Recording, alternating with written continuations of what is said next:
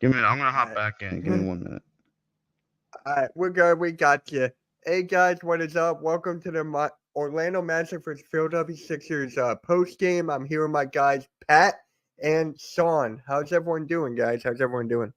Yeah, got the first win without Joel Embiid under the Sixers belt on the year, so good to see that. Thought it was this Magic team. Like a lot of times, we look at the Magic as like a nothing whatever game, but this Magic team has some talent and have been playing some really good ball this year. So this is not a win that should be looked at as a nothing to me. I'm happy with the effort and the overall result tonight for sure. Hey, me too, me too. I was live streaming the game with my buddy, Philly halftime, and I was like, dude, this is a game we can't overlook. Orlando's good. They got some Yeah. dogs over there. You got Ben Caro, you got the Wagners. I can go on and on.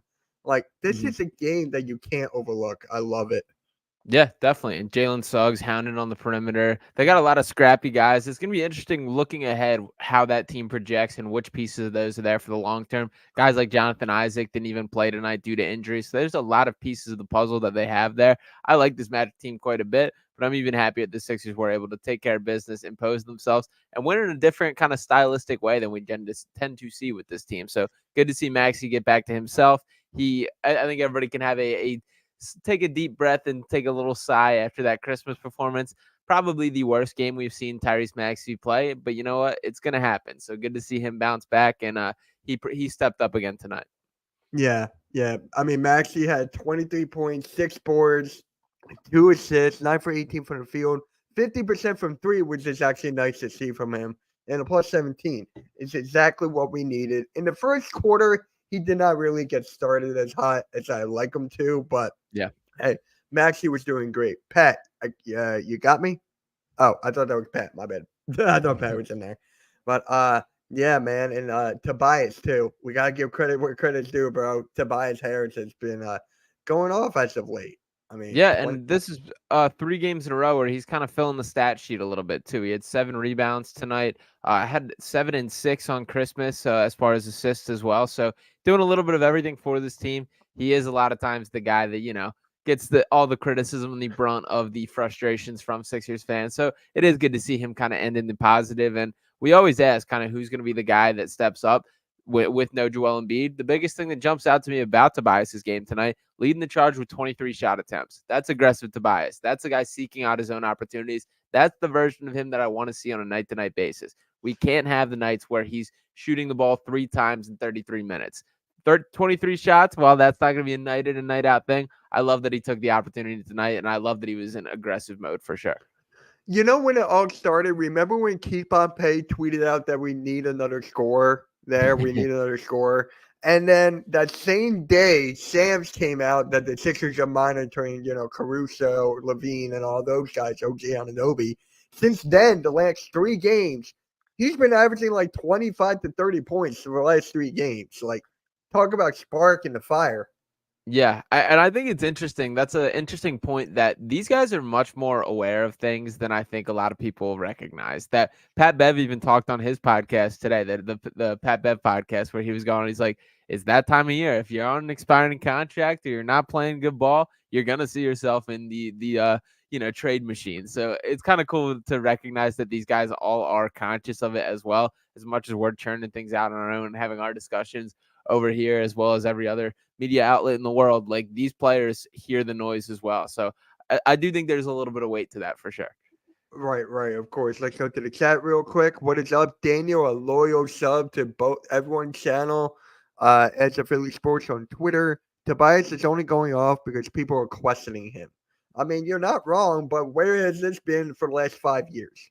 That's Hmm. my question. We've been questioning him for like gods on end, on end, on end, but now it's just like here. Like I thought you were saying something. Steven, what is good, bro? Toby Bryant would insist on forcing the leave drop inside where there was no power. Otherwise, keep taking the middle and threes. Yeah, that's basically it. Tobias is just doing what he needs to do out there, trying to. He's fighting for a contract. Let's say that he's For fighting for a sure. contract. For sure. And I think something that happens kind of in the natural flow of play with Tobias is one of my criticisms of him specifically is I think him and Joel have a lot of overlapping areas on the floor where they like to operate in with that mid range, with the elbow. Those are a lot of Tobias's same shots as well. So while that overlaps strengths when Joel is on the floor, and obviously Tobias has to adjust that because Embiid is, the superstar, the MVP of the league, that he has the right to that spot with this team. When he's not there, Tobias is able to play his game at its most natural form. So think we saw a little bit of that tonight, and I thought he was super aggressive in the mid range. Yeah, exactly what he's doing. He's getting to his spots, and I've been saying this before. If he can get to the spots and knock them down, Yeah. that's good in my books. Is get to your spots and knock them down, and that's exactly what Nick Nurse is telling him to do. Just get to your spot, and it's working. You can almost call when he's going to miss the bunny and get his shot blocked, but otherwise a good game. Yeah, a very good game out of Tobias Harris. I'm giving him credit here. People keep on saying I'm like the worst Tobias Harris fan, but I'll take that. But yeah, it's just and then again with Maxey being back, people were talking about him getting traded, which is insane. Toby had a nice night, capping off of a 3-game streak. D. Mellon also had a comeback game. B-Ball Paul was balling. Yeah, B-Ball Paul had a double-double. Yeah, 15 and 10, and a little bit too much B-Ball Paul for me. I'm the number one Paul Reed guy that there is, but there's a whole lot of B-Ball Paul kind of doing his own thing. It's very funny to me that you can like see his brain like processing it, like when he goes to his crossover, figuring out what he's going to do. Like you can full out see him thinking through the play as it happens. I love it when he does it in these spare moments. There was a little bit too much of that for me, but you know what? It worked out more often than not tonight. So shout out B-Ball Paul. Yeah, yeah. It's exactly what he needed. And I was actually going to ask you and Pat if Pat ever comes back in. But do you think we have a problem as a backup center spot after the last game he had 4 fouls in the first half? Paul Reed? Yeah, I think the biggest point of frustration with Paul is that we know what he can do as a backup center when he has these limited fouls. And frankly, I've thought the foul issues are super overblown because of the reason that Joel Embiid is the star of this team. So in the best case scenario, Paul Reed's playing maybe 12 minutes a game.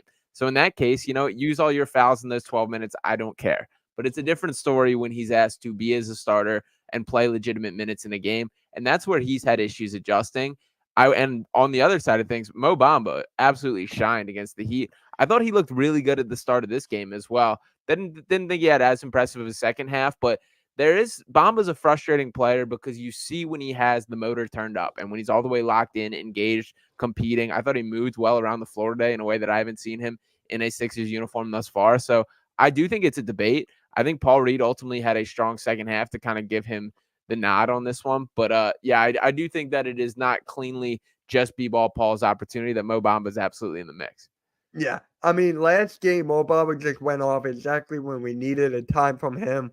And then this game, he did okay, I guess. But yeah, for me, it's just like I feel like we have a problem when Paul Reed just gets in too much fouling trouble, especially in the playoffs when we get to that time, because we can't afford that because MB needs his rest. So that's just me. Yeah, and like I said, I'm less worried about it on the games where Joel's here. That like, if you want to use your 6 fouls in 12 minutes, be my guest. It's a different story when there's no Joel, and we need you to play. What do you end up with, like 25 tonight, somewhere around there? So that kind of mindset and that kind of the difference is where Paul needs to adjust still. That I don't think he's fully found that comfortability. And honestly, as much as like he gets a little too, gets into it and puts himself in bad spots. I do think like a couple of those screen calls tonight where he was getting blown up was kind of crazy that went offensive and things like that. So I do think B-Ball Paul does not get the friendliest whistle as a player. No. You can say that about any player on the Sixers, though. Any player on the Sixers, even Pat Bev, with that flop, they actually called a flop on him. I mean, Yeah. It's just like that. So, yeah. Teacher that game, what is up, bro? Is KJ Martin not good? Just not good? He's just developing in that developing stage. We will see him like in crunch time, but I don't see him getting all these minutes in the world. I don't see that at all. Yeah, the Sixers are a tough team to be a young player on. That there's just not that many like minutes available for these guys. There's no room for them to have growing pains. It would be a much different story, and was a much different story for KJ specifically when he was on that Houston Rockets team where he was playing legitimate minutes and showing why he deserved that playing at a pretty high level. I liked what I've seen from KJ Martin in small doses, but I honestly just don't think that there's going to be that much of an opportunity available just because of the goals of this team are to win right now. And that's tough to do when you're a young developing player like KJ Martin is. Yeah. I'm just glad we got some value out of that trade in KJ Martin. I mean, with Nick Nurse, we know he's going to be using in certain situations, but hey, can't get all the minutes in the world on this team. What is up, Ryan? How's it going, man? How's it going? Sean, I saw your workout pictures. All right. Okay. All right, then. What is up, Quentin? What is up, man? Thank you for popping in for my live play-by-play reactions, man. Appreciate the support. What is up, Big Al? How's it going? Anytime Tobias is in trade conversation, he steps up. It is Yeah. just his MO. I mean, that's basically it. He wants to keep a job. He wants to stay on the Sixers. I'm not mad about that. I just want him to be consistent. He's been consistent the last 3 games. So for me, I think that's good in my book right there. Yeah, no, he's been super strong these past 3 games specifically. The frustrating part about Tobias, and it's kind of the cycle we get in, is you see the version of him that is super beneficial to this team, and you see the version of him playing the way the team needs him to and delivering at the level that he needs to. But then it goes away after a couple of games. Is those ups and downs. That is the Tobias Harris cycle. If we can just get, and it doesn't have to be him scoring 25, 7, and 6 in the way that was the case, or 27, 7, and 6 in the way it was against the Heat. But it's just got to be the quick decision, smart with the ball, play decisive basketball. And if he can continue on that path for an extended period of times, it's a different story. I would love if he closes out his Sixers tenure on a positive note. I do hope for that to be the case. If he can just kind of have a stretch like that, but we'll see how things shake out. Yeah, exactly. What's up? And then Steven again. What's that DeJounte Murray foolishness I am hearing lately? Not sure I'm down with that one. Yeah, What a lot of trade buzz for DeJounte Murray. I don't know if it makes I'm not a DeJounte Murray guy. I'll say that right up front. That I think he's a guy. I think he's a little bit overrated in kind of the grand sphere of things. I understand you can squint and look at him as a defensive match as a guard, especially with a player like Maxey who can make up for some of the defensive abilities, things like that. But I just don't trust his shot as a shooter. I know the numbers look all right, but he doesn't have the feel for it. And same as a playmaker. Like the only time he really put up numbers was when he was with a bad Spurs team. He hasn't looked really the same in Atlanta, and it's a tough match playing next to Trae Young. But for the same reasons that it didn't work with Trae Young or isn't working with Trae Young, I don't really see it working with Maxey because of that. So DeJounte Murray is definitely going to be a name that kicks up the closer we get to trade season, but not a guy that I think the Sixers should be attached to very seriously at least. Yeah, I mean, I like DeJounte Murray from time to time, but he's just not my cup of tea for me. Yeah. I like the Anthony Melton more, honestly. Hey, Bruce, how's it going, man? How's it going? Paul Reed is not a center. I mean, he's a power forward / center. What else do you want from me? If he I would doesn't I play, would have I would have loved to see the Mo Bamba and Paul Reed on the court today, together today, by the way, and it did not happen. nah. Didn't Mo Bamba get injured or something? I Yeah, think I he saw did. that with his mouth. Took a little blow to the face, and then had to go to the locker room because that didn't seem like anything major, but he did miss a little bit of time. Yeah. Mitch, I missed the game as I had to help my brother, but I'm glad we won. Yeah, it was a game that we needed to win against a team like this, and especially we got the Houston Rockets on Friday and then the Bulls on Saturday. But that Rockets game, I watched the game last night between the Pacers and the Rockets. They're no deal, bro. They're a problem. They're a problem. Yeah. Yeah. Barry, what is up? Surprised that Mo Bamba didn't get much playing time. She snagged a lot of rebounds. What a reach. Yeah. The guy's got a hell of a reach. What is it? I forget what his reach is. 7'7", I think, something like that. Might even be slightly bigger than that. It's at least that. And yeah, it's weird, the Mo Bamba story today. For me, it felt like it was a night and day first half and second half. That the first half, I thought he was as engaged as I've seen him in a Sixers uniform, fighting for offensive boards and collecting offensive boards, whether it was kicking out, getting a putback. Thought he looked more just mobile out there, looked more coordinated on his feet, if that makes sense, in a way that I haven't seen from him. And then in the second half, it looked a little bit more like the Mo Bamba that we've kind of come to terms with. So I don't know if him getting hit in the face kind of took that away from him. We know the Magic is his former teams and that he's still got relationships with a ton of those guys. But I was much more impressed with his first half than his second half tonight. Yeah, and especially the last game, I kind of wanted him to get more minutes as well. But once you get injured like that, that's going to hinder your minutes. And Paul Reed was starting, and that's basically it. And then Quentin goes, is Dwight Howard available? Still balling up in Taiwan, I believe. So, right, yeah. he's staying fit. He's staying ready. Yeah. Why did they match the offer of 3 years, 23 mil if for Reed if he's not going to play 25 minutes a night? Made no sense. I mean, we needed depth. We need front court depth, and we could not afford to lose Paul Reed. That's basically Yeah, it. I do agree with Ryan a little bit here that I think everyone's a little bit underwhelmed with kind of the progress that Paul Reed has made. That, to be honest, he looks like mostly the same guy as last year. Now, that same guy is still the most stable backup center that the Sixers have had alongside Joel Embiid. And one of my biggest points for Paul Reed specifically is I like the concept of him being a different style of player. That to me, it doesn't make sense to have your backup center just be a worse version of Joel Embiid, which was the case when we cycled through the Amir Johnsons, the Greg Monroes, the Dwight Howards, the Andre Drummonds. Those archetypes of players essentially played the same exact role, but not at the highest level, which Joel Embiid clearly does. Paul Reed's very different. You can play a different style of basketball. You can switch 1 through 5.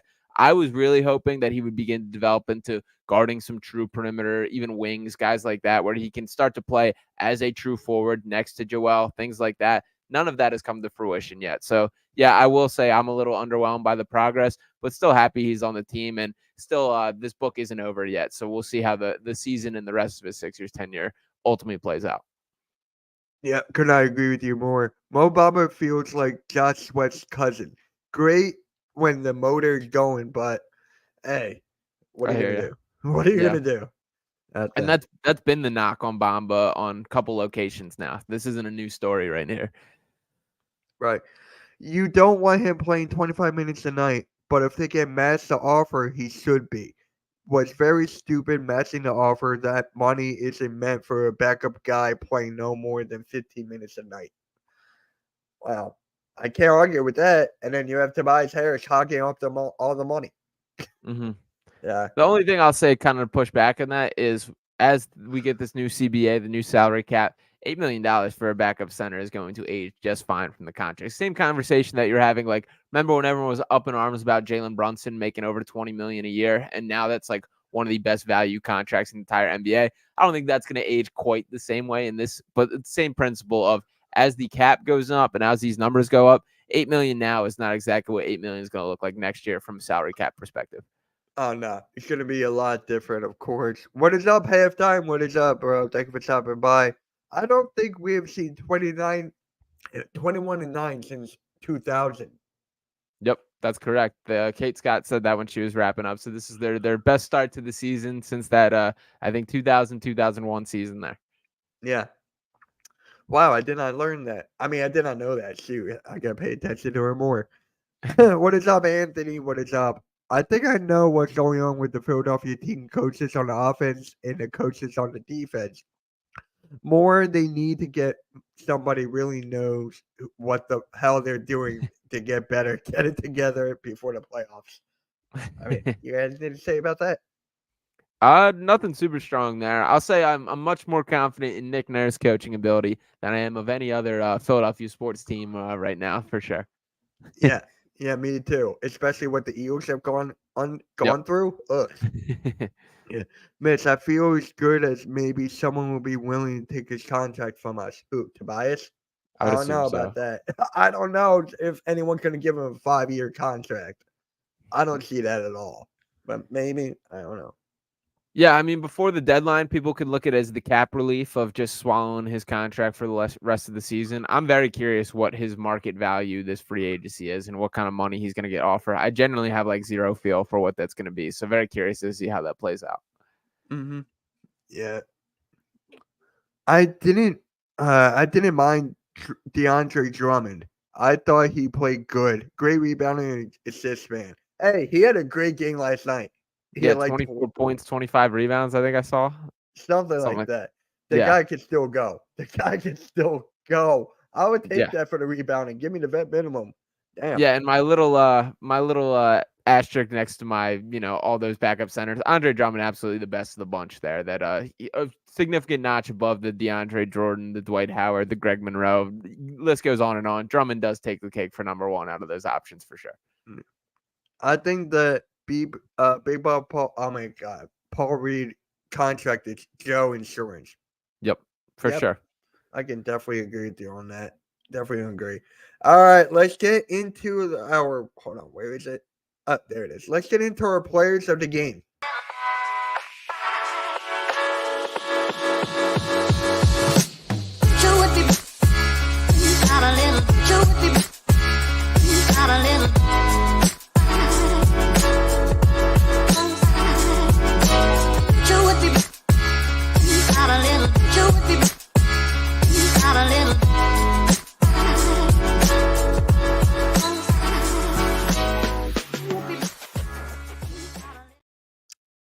All right, Sean, who's your player of the game for this one? I'm going to give mine to De'Anthony Melton tonight, that finished the game with 22 points, 5 rebounds, 2 steals, 1 assist, shot 8 for 13 from the field and 4 of 7 from 3. I know we talked about this a little bit before we went live, but I do think De'Anthony Melton is a guy who doesn't quite get the shine that he deserves for how talented and what a great fit he is on this roster. Some of those step back threes tonight, I didn't realize he had that in the bag like that. So I thought it was a very good De'Anthony Melton game, and especially finishing on the fast break. A couple of those lay-ins are ones we don't get on an every night basis. So very happy with what Melton, how he looked tonight, how he performed. Thought he stepped up, and I thought the team needed him. So shout out to Anthony Melton for me. Hey, I like that one. I've been a huge guy for De'Anthony Melton for the past month. The guy hustles. He can shoot the three. His defense is pretty good for the most part. I like it next to Maxey, but it is what it is. People want to trade him because of his height. Don't even get me into that, man. Don't even get me into that. Joe ain't missing any more time with the ankle, right? Hopefully he's back by Friday. He's supposed to be back by Friday. Yeah, hopefully. I like it was a pretty nasty ankle turn, and I'm honestly kind of glad that he missed today, just kind of so the optics aren't that he dodged Christmas, which was not the case for sure, but everyone wants to hold that against him and throw that kind of smut on his name for that kind of stuff. So we'll see when he's ultimately back. They haven't really laid out a full timeline. I would expect that I know they go Friday against the Rockets, Saturday against the Bulls, and then Tuesday against the Bulls. I think it's probably pretty likely he still misses Friday and either comes back for that Saturday or the Tuesday game against the Bulls, but we'll see. Hopefully they have some sort of cleaner update either tomorrow or the next day. All right. So for me, yep, Barry, you took it right from me. You stole my thunder there. Damn it, Barry. I'm going with Tyrese Maxey here. 23 points, 6 boards, 2 assists, 9 for 18 from the field, 50% from the field overall, 2 for 3 from free throw line. Hey, exactly what we needed after the stinker he had against Miami, showing that he's still an all-star, a caliber player on this team. Hey, everyone can have a bad night. Like, I don't understand this fan base. Oh, trade this guy. I just don't get it. But, yeah, that's my player of the game. I'm not going with Tobias Harris just yet. I did the other night. But, yeah. I noticed that Maxey wasn't playing point. Yeah, that is a good point. He was not playing a point guard much at all. Tobias Harris was taking the ball up. Same with Morris from time to time. Shout out to Morris, too, might I add. Yeah, Morris, very good game as well. They ran a ton of pin downs for Maxey, which I like. We know that his speed's one of his best traits. So having a guy chase him off screens is far from the easiest job as a defender. Thought they did a pretty nice job of creating looks for that. I didn't think Maxey capitalized them all that great. That I thought a lot of times he kind of hesitated into him and ended up attacking the basket with the ball in his hand. So I don't think it worked as effectively as they hope, but I still like that concept from an offensive system. So, yeah, the more motion you can get them in, the better. And as much as I don't think it directly translated today, I still like the creativity and kind of trying things like that. Yeah. Yeah, I like the creativity because, with Doc Rivers, it was just the same thing every single time. So it's very different. Aggressive Tobias is a great feeling. It seems like he's a different player from 2 weeks ago. Yeah. Exactly what I said earlier. With the whole Keith Pompey tweet, the Sam's broke. That's when he stepped up. That's when he was like, okay, hold my drink, hold my beer. That's basically what he's doing. I can't knock him for that. I can't. But can he do this on a consistent basis? That's my point. That's for me. Sixers first place by January 30th. Okay. I love it. Love it. See that. We'll see that. I got to look at the schedule for the next month, actually, then. All right, let's get into team grades for the Sixers against the Orlando Magic. Won't you give me sweetness and life for my restless smile? Please give me a way to escape this world gone astray.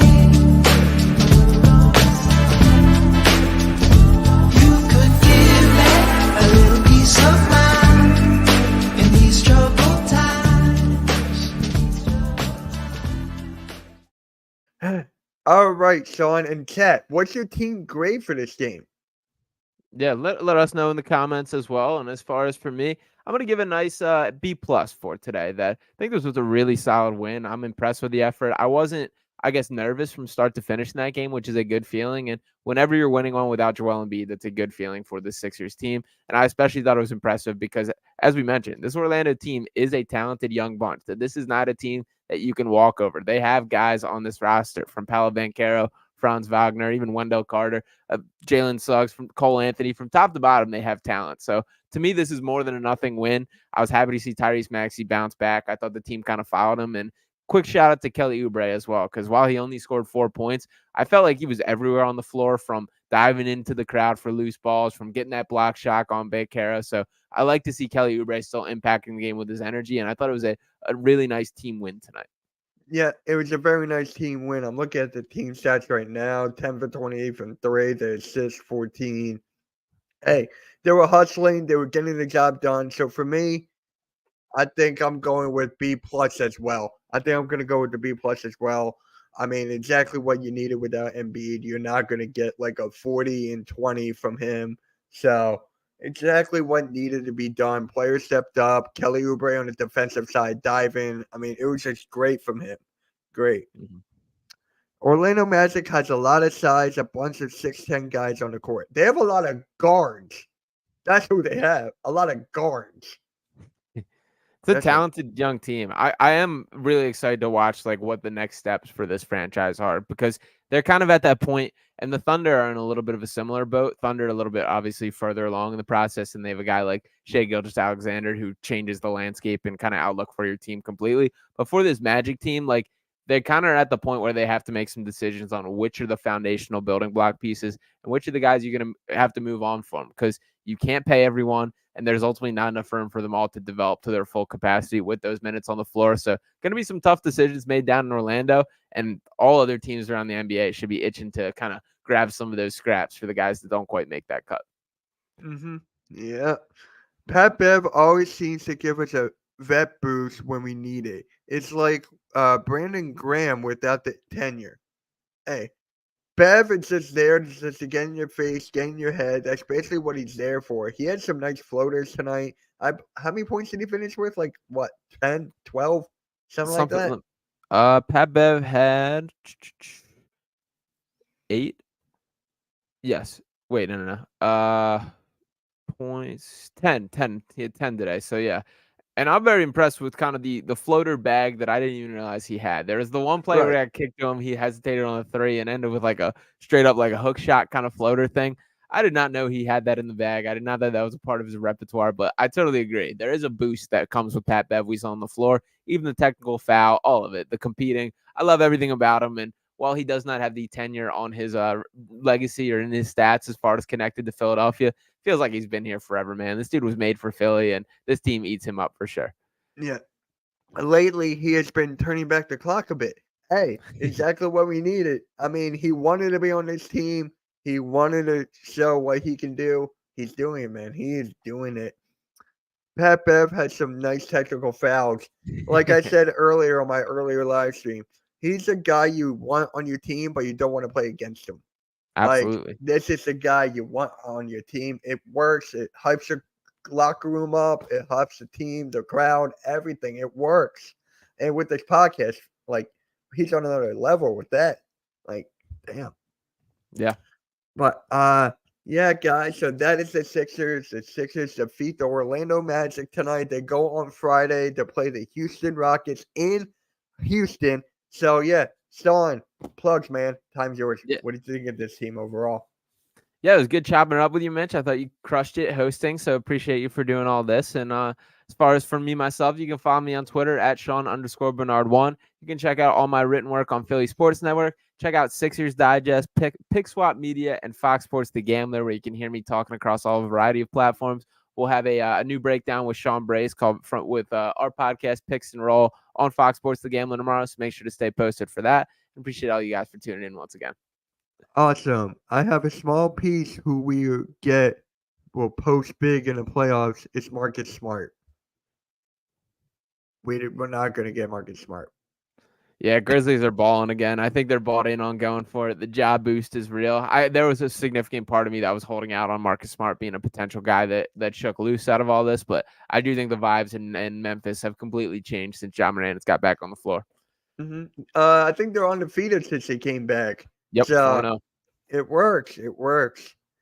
But we lost the game last year, and then we went on a big W streak. Yep, we did. Sixers seem very serious about defense this year. Yeah. I mean, he's a defensive-minded coach. You got to take that from Nick Nurse. Thank you, H. Appreciate you, man. Appreciate you.